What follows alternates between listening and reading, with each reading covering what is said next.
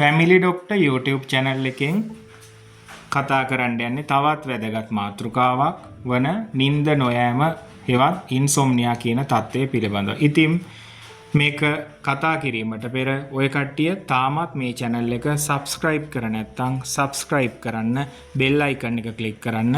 එමගින් අපි ගෙනෙනු ලබන videos මගහැරෙන්නේ නැතුව ඔය කට්ටියට බැලීමට හැකියාව තියෙනවා. ඉතින් නිින්ද නොයෑම හෙවත් ඉන්සොම්නියා කියන තත්ත්වය ගැන තමයි දැන් කතා කරන්න යන්නේ. මේ තත්ත්වයෙන් ගොඩාක් දෙනෙක් බහුලව පීඩා විඳිනවා. ගොඩාක් රෝගීන් අප වෙත එනවා ડોක්ටර් මට නිින්ද යන්නේ නැහැ කියාගෙන. ඉතින් මොකද්ද මේ නිින්ද නොයාමට හේතු සහ නිින්ද නොයෑම පිළිබඳව ටිකක් අපි කතා කරමු. ඔබත් නිින්ද නොයන කෙනෙක් නම් මේ වීඩියෝ එක අහන්න. ඉතින් මොනවද මේකේ රෝග ලක්ෂණ කියලා බලමු. රාත්‍රියේ නිදා ගැනීමට මේ අයට අපහසු වීම. රාත්‍රියේ බොහෝ විට අවදි වීම. උදාහරණයකට රෑ 10ට විතර තමයි නිින්දට වැටෙන්නේ, ඇඳට යන්නේ. හැබැයි නිින්ද යන්නේ නැහැ. පැය 2-3ක් විතර ඔහේ ඉන්නවා. එහෙට හැරෙනවා, මෙහෙට හැරෙනවා ඉඳලා පාන්දර 1ට 2ට විතර නිින්ද යනවා. ගිහින් පාන්දර 5ට විතර ආයෙත් හැරෙනවා. අන්න ඒ වගේ තත්ත්වයක්. ඒ වගේම රාත්‍රී අවදි වූ පසු නැවතත් නිින්දට යන්න බෑ මේ කට්ටියට. අපහසුයි. ආයේ නිින්ද යන්නේ නැහැ. උදේ පාන්දරම අවදි වෙනවා. රාත්‍රී නිින්දෙන් පසු ප්‍රබෝධමත් බවක් හෝ විවේකයක් මේ කට්ටියට දැනෙන්නේ නැහැ. නිදිමත තමයි දවස පුරාම තියෙන්නේ. ඒ වගේම දවස පුරාම තෙහෙට්ටුවක් තියෙනවා, අඩු ශක්තියක් තියෙනවා. මේ නිසා වැඩ කටයුතු කර ගැනීමට පවා අපහසු වෙනවා. ඒ වගේම මේ කට්ටියට කේන්ති යනවා, කාන්සාව තියෙනවා, මානසික අවපීඩනය තියෙනවා, ડિප්‍රෙෂන් එක එන්න පුළුවන්, ඇන්සයිටි එන්න පුළුවන්. ඒ වගේම ඉස්කෝලේ ළමයෙක් නම් මේ කට්ටියට අවධානය යොමු කරලා පාඩම් කටයුතු කරන්නත් අපහසු වෙනවා. වැඩක් කරන කෙනෙක් නම් ඒ වැඩේ හරියට කරගන්නත් බෑ. මොකද මතක තියා ගැනීමට පවා අපහසු වෙනවා. ඒ වගේම හිසරදයක් හැදෙනවා. ආතති හිසරදේ කියලා කියනවා අපි. ඒ වගේම ඔය නගන වගේ තත්ත්ව වැඩි වෙනවා. මේ අවධානයේ අඩුවීම නිසා හරි නිදිමත ගතිය නිසා හරි සිදුවන දෝෂ නිසා කාර්යාලයේ වැඩ කටයුතු කිරීමට අපහසු වෙනවා. ඒ වගේම අනතුරු වැඩි වෙනවා. උදාහරණයකට ඩ්‍රයිවර් කෙනෙක් නම් එයාට හරියට නිින්දක් නොයෑම නිසා ඇක්සිඩන්ට් එකක් එහෙම වෙන්න පුළුවන් chance එක වැඩි. ඒ වගේම බාධාකාරී මේ නිින්ද නිසා ආහාර ජීර්ණය අඩු වෙනවා. ඒක නිසා ආහාර ජීර්ණ පද්ධතියේ හෝ ආමාශයේ සිදුවන අපහසුතා නිසා ગેස්ට්‍රයිටිස් වගේ තත්ත්ව ඇතිවීමේ හැකියාව තියෙනවා. මලබද්ධය වුණත් හැදෙන්න පුළුවන්. ඒ වගේම නිින්ද පිළිබඳ නිරන්තර කනස්සල්ල තියෙනවා. ඒ කනස්සල්ල නිසා මෙයා මේකෙනුත් එදිනෙදා දෛනික වැඩ කටයුතු කර ගැනීමට අපහසු වෙනවා. මේවට හේතු අපි බලමු මොනවද කියලා. හේතු තමයි ආතතිය සහ කාන්සාව කියන තත්ත්වය. ඇන්සයිටි නැත්නම් ડિප්‍රෙෂන් කියන තත්ත්වයක් හේතු වෙනවා මේ නිින්ද යන්නේ නැති එකට. නිින්දෙන් නොත් ડિප්‍රෙෂන් එක හැදෙනවා. නිින්ද යන්නේ නැති වීම නිසා. ඒ වගේම දුර්වල නිින්ද පුරුදු. හරියට ඇඳට ගිහින් නිදා ගන්න නැතුව පුටුවක පහසුවක් නැතුව නිින්දා ගැනීමට යාමින් නිින්ද යන්නේ නැහැ ගොඩක් වෙලාවට. අන්න ඒ වගේ ඒවා වෙන්න පුළුවන්. ඒ වගේම තමයි වේදනාව. අතපය කැක්කුම තියෙනවා නම් මොන හරි ඒ වගේ වෙලාවට නිින්ද යන්නේත් නැහැ. ඇදුම, ආතරයිටිස්, අසාත්මික සහ ආමාශික ගැටලු, ස්නායු ආබාධ, හෝමෝන අසමතුලිතතා තියෙනවා නම් නිින්ද යන්නේ නැහැ. ඒ වගේම උදාහරණයකට තයිරොයිඩ් ගැටලු. ඒ කියන්නේ ඇඟේ තයිරොයිඩ් වැඩි වුණාට පස්සේ මෙයාලා ක්‍රියාකාරීත්වය වැඩි. ඒක නිසා අර නිින්ද කියන ගතිය අඩු වෙන්න පුළුවන්. ඒ වගේම මේ අසාත්මිකතා, ඇදුම, අධික රුධිර පීඩනය, මානසික අවපීඩනය ADHD කියන රෝග තත්ත්වවලට නිර්දේශිත සමහර ඖෂධ වල අතුරු ආබාධ ලෙස ඔය කට්ටියට නිින්ද යන්නේ නැති වෙන්න පුළුවන්. ADHD කියන තත්ත්වය නම් හැදෙන්නේ චූටි ළමයින්ට. මොකද ළමයින්ට හැදෙන ලෙඩක් මෙයාලාගේ රෝග ලක්ෂණ තමයි කියන දේ අහන්නේ නැහැ. හරිම දඟයි ළමයා. පොඩ්ඩක්වත් ඉගෙන ගැනීමට අවධානයක් යොමු කරන්නෙම නැහැ. හොඳටම දඟ කරනවා. අන්න මේ කට්ටියට මේ දෙන ඖෂධ වලිනුත් නිින්ද යන්නේ නැහැ. ඒ වගේම නිින්ද යාමට කලින් ඔය කට්ටිය තේ බොනවා. කෝෆි බොනවා, කැෆේන් ගන්නවා, සමහරු සිගරට් ගන්නවා. සිගරට් වල තියෙනවා නිකොටින්. මේවා උත්තේජක. ඉතින් මේ නිින්ද යන්නේ නැහැ. ඒ වගේම අධික ලෙස මත්ද්‍රව්‍ය භාවිතා කිරීම නිින්ද යන්නේ නැහැ. ඒ වගේම ගංජා ගහනවා නම් අයිස්, හෙරොයින් මේ වගේ මත්ද්‍රව්‍ය වලට නිින්ද යන්නේ නැහැ. ඒ වගේම ഘോഷාකාරී පරිසරයක හෝ අපහසු නිින්දේ පරිසරයන් තියෙනවා නම් නිින්ද යන්නේ නැහැ. උදාහරණයකට මදුරුව කන තැනක ඔය කට්ටියට හිටියට නිින්ද යන්නේ නැහැ. අන්න ඒ වගේ එකක්. ඒ වගේම අධික ආලෝකය තියෙනවා නම් නිින්ද යන්නේ නැහැ. අධික උෂ්ණත්වය තියෙනවා නම් නිින්ද යන්නේ නැහැ. ඔය මාරු වීම වැඩ කරන කට්ටිය කියන්නේ නයිට් ඩියුටි එකක් කරද්දී ඔය කට්ටිය රොටේෂන් එකකට ඒ ඩියුටි එක කරනවා. සමහරු පැය දෙකක් නිදා ගන්නවා. ඒ පැය දෙකේ තව එක්කෙනෙක් වැඩ කරනවා. අන්න එහෙම ඩියුටි එක ඇරේන්ජ් වෙලා තියෙනවා නම් අන්න නිින්ද යන්නේ නැහැ. ඒ වගේ වෙලාවලටත් හරියට. ඒ වගේම නිින්දට පෙර දිගු වේලාවක් ඔය ෆෝන් එක පාවිච්චි කරන කට්ටියට අන්න ඒ කට්ටියට නිින්ද යන්නේ නැහැ.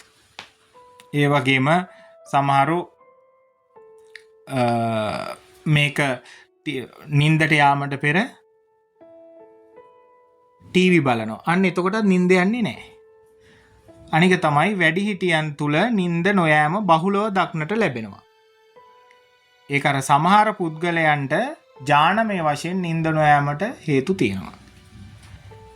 ඒ වගේම මානසික අවපීඩනය ડિප්‍රෙෂන් එකෙන් නිසා නිින්ද යන්නේ නැහැ.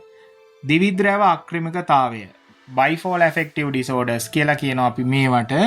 මේවත් එක්ක නිින්ද යන්නේ නැහැ. මේකේ මැනික් උමතු වෙනවා කියලා කියන්නේ අපි. මේනියාව කියන தත්ත්වය. අන්න එතකොට නිින්ද යන්නේ නැහැ. ඒ වගේම තමයි පෝස්ට් ට්‍රොමැටික් ස්ට්‍රෙස් ඩිසෝඩර්ස් කියලා එකක් තියෙනවා. ඒ කියලා කියන්නේ මොකක් හරි ඔය කට්ටියට කම්පනිත දෙයක් වුණොත්. උදාහරණයකට ඔය කට්ටියට ගෙදරට හොරු පනිනවා. පැනලි වල රත්තරන් බඩුවක් හොරකම් කරගෙන යනවා. ඉතින් ඕක ඔය කට්ටිය කල්පනා කරනවා. අන්නේ කල්පනා කිරීම නිසා ඔය කට්ටියට නිින්ද යන්නේ නැහැ. ඒකට අපි කියනවා පශ්චාත් කම්පන ආතති ආබාධ. මෙන්න මේවා නිසා නිින්ද යන්නේ නැහැ. ඒ වගේම කාන්තාවන්ට ඔසව්වීම, ගර්භණීභාවය, ආර්තවහරණය අතරතුර සිදුවන හෝමෝන වෙනස්කම් නිසාත් නිින්ද යන්නේ නැහැ. ඉතින් මේවා පිරිමින්ට වඩා ගෑනු කට්ටියගේ සිදුවෙන්න එක හේතුවක් වෙන්න පුළුවන්. මේ ඔසව්වීම, ගර්භණීභාවය, ආර්තවහරණය සිදුවන හෝමෝන වෙනස්කම්. මොනවද ප්‍රතිකාර? ඔය කට්ටියටම සරල ප්‍රතිකාර ක්‍රම සිට වෛද්‍ය ප්‍රතිකාර ක්‍රම දක්වා කරගැනීමේ හැකියාව තියෙනවා. ඉස්සෙල්ලාම වෛද්‍ය ප්‍රතිකාර ගැනීමට පෙර ඔය කට්ටිය මොකද කරන්නට ඕනි කියලා දැන් බලමු අපි. ස්ථාවර නිින්ද කාලසටහනක් හදාගන්න ඕනි. ඔය කට්ටිය හැමදාම හවස 10ට රෑත් 10ට නිදින කෙනෙක් නම් රෑ 10ට නිදා ගන්නවා. උදේ 5ට හරි 6ට හරි අවදි වෙනවා කියලා එකම වෙලාවකට ඒ කාලසටහනට නිදා ගන්නවා. ඒ වගේම විවේකී නිින්දට යන දිනචරියාවක් හදාගන්න ඕනේ. අපි දවල් දවසේ මෙන්න මේ පැයක් නිදා ගන්නවා. පැය භාගයක් නිදා ගන්නවා. අන්න එහෙම නිින්දක් හදාගන්න. එතකොට නිින්දට හුරු වෙනවා. ඒ වගේම නිින්දට යාමට පෙර ඔය කට්ටිය කියවීම, උණුසුම් ස්නානය කිරීම හෝ ගැඹුරු හුස්ම වැනි විවේකී ව්‍යායාම පුහුණු වීම වැනි සංසුන් ක්‍රියාකාරකම් වර්ධනය කරන්න ඕනේ. එතකොට නිින්ද යනවා. ඒ වගේම නිදන කාමර අඳුරු කරන්න ඕනේ. ඒ වගේම ඒවල් නිස්කලංක කරලා සිසිල්ව තබා ගන්න ඕනේ. නිින්දට හිතකර පරිසරයක් හදාගන්න එක තමයි මේකෙන් කරන්නේ. අවශ්‍ය නම් කළු තිරයක් එහෙම ගහලා ඉවරෙලා අපිට හදාගන්න පුළුවන්. මොකද ලයිට් එහෙම වැටිලා තියෙනවා නම් ගොඩක් වෙලාවට නිින්ද යන්නේ නැහැ. අපහසුයි. ഘോഷාකාරී තැනක ඔය කට්ටිය නිදා ගන්න යනවා නම් ඒත් අපහසුයි. මදුරුවෝ එනවා නම් ඒවන්නේ පාවිච්චි කරලා අන්න එහෙම තමයි නිදා ගන්න යන්න ඕනේ. නිින්දට පෙර ෆෝන් එක පාවිච්චි කරන එක අඩු කරන්න ඕනේ. එතකොට නිින්දට යාමට අවම වශයෙන් පැයකට පෙර දුරකථන ටැබ් එකක් පාවිච්චි කරනවා නම් හරි පරිගණක වැනි ඉලෙක්ට්‍රොනික උපාංග වලින් වලකින්න ඕනේ. ඒවා පාවිච්චි කරන්න හොඳ නැහැ. ඒවල තියෙනවා නිල් ආලෝකය. ඒක මගින් නිින්දෙන් අවදි වීමේ චක්‍රයට බාධා කරනවා. එතකොට නිින්ද යන්නේ නැහැ. ඒ වගේම නිින්දට යාමට පෙර අධික හෝ විශාල ආහාර ගැනීමෙන් වළකින්න ඕනේ.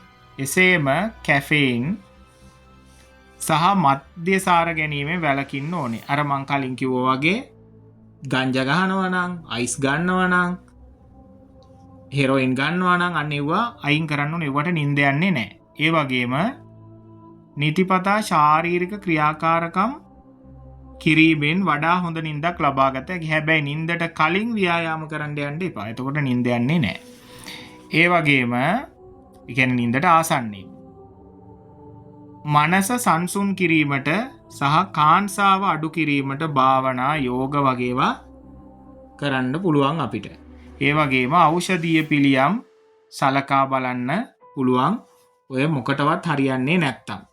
එතකොට කියන්නේ ඔය කට්ටිය බලා ගන්නවා වටපිටාව හරි ගස්සලා බලා ගන්නවා, හරි කාලසටහනක් හදා ගන්නවා. අනික තමයි දැන් සමහර කට්ටිය දවාලේ ඔහේ නිදා ගන්නවා. අන්න ඒක අඩු කර ගන්නවා. රාත්‍රී නිින්ද හදා ගන්න. ඒක අඩු කර ගන්නවා. දවල්ට හොඳට වැඩ කරලා රැට නිදා ගන්න, ව්‍යායාම කරනවා, මානසික අවපීඩනය අඩු කර ගන්නවා, භාවනා කරන්න පුළුවන්, අපිට යෝගා කරන්න පුළුවන්. ඒවා මොකුත් කරලා හරියන්නේ නැත්නම් ওই කට්ටිය වෛද්‍ය ප්‍රතිකාර ලබාගත යුතුයි.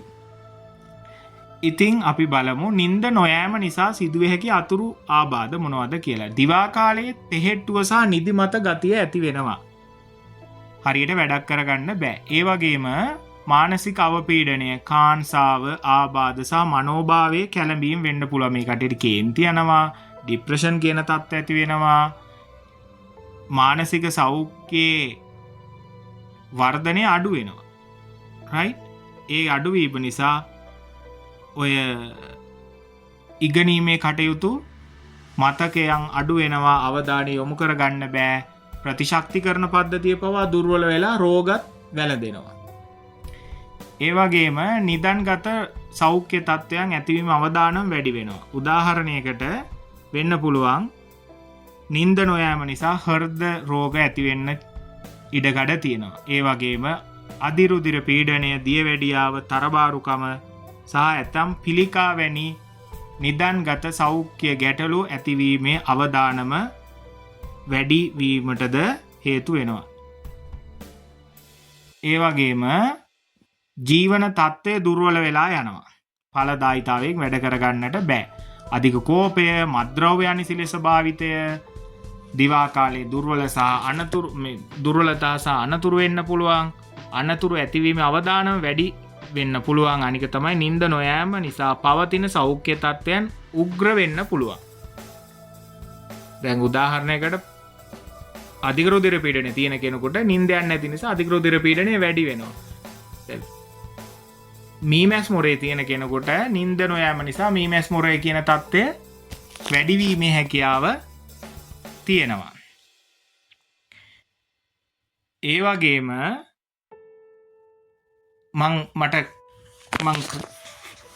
මේකට තවත් එකක් මං එකතු කරනවා.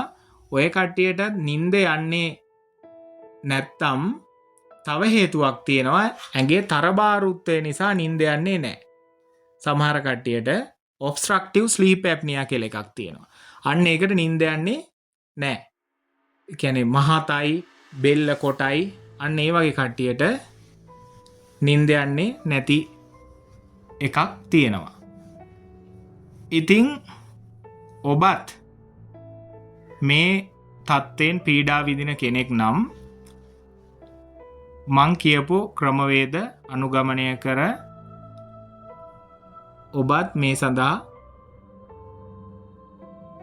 මේකෙන් ආරක්ෂා වීමට කටයුතු සලසා ගන්න. ඒ වගේම ඔය කට්ටියට වෛද්‍ය ප්‍රතිකාර ලබා ගැනීමට අවශ්‍ය නම් වෛද්‍ය ප්‍රතිකාර ලබා ගැනීමට යොමු වෙන්න. ඉතින් මං හිතනවා මේ වීඩියෝ එක ඒ සඳහා ඔය කට්ටියට උපකාරී වෙයි කියලා. මොකද මේ වීඩියෝ එක අහන යම් කිසි කෙනෙක් හරියට නිින්ද යන්නේ නැතුව ඉන්නවා නම් ඉතින් මේ වීඩියෝ එක බලලා ඔය කට්ටිය අර සරල ක්‍රමවේද ඔස්සේ වෛද්‍ය ප්‍රතිකාර දක්වාම යෑම තමයි වටින්නේ. ඉස්සලාම් වෛද්‍ය ප්‍රතිකාර වලට යනවට වඩා සරල ක්‍රමවේද ඔස්සේ සමහරක් විට මේ නිින්ද නොයෑම වෙන රෝගයක අතුරුඵලයක් වෙන්නත් පුළුවන්. ඖෂධ ඔබ භාවිතා කරන ඖෂධ වල අතුරුඵලයක් වෙන්නත් පුළුවන්. නිදන්ගත රෝගයක මොකක් හරි ප්‍රශ්නයක් වෙන්නත් පුළුවන්. ඉතින් ඔය කට්ටිය මේ නිින්ද නොයෑම මගින් හෙවත් ඉන්සොම්නියා තත්වයෙන් පීඩා විඳින්නෙක් නම් මේ වීඩියෝ එක බලලා මේ විදිහට වැඩ කරන්න කියලා ඉල්ලමින් මං අද වීඩියෝ එකෙන් සමුගන්නවා. ඔය කට්ටියට මොකක් හරි ප්‍රශ්නයක් තියෙනවා නම් කමෙන්ට් එකක් දාන්න. අපිට එතකොට උත්තර දීමට හැකියාව තියෙනවා. ඉතින් අද වීඩියෝ එකෙන් මං සමුගන්නවා. ඔය කට්ටියට ස්තුතියි.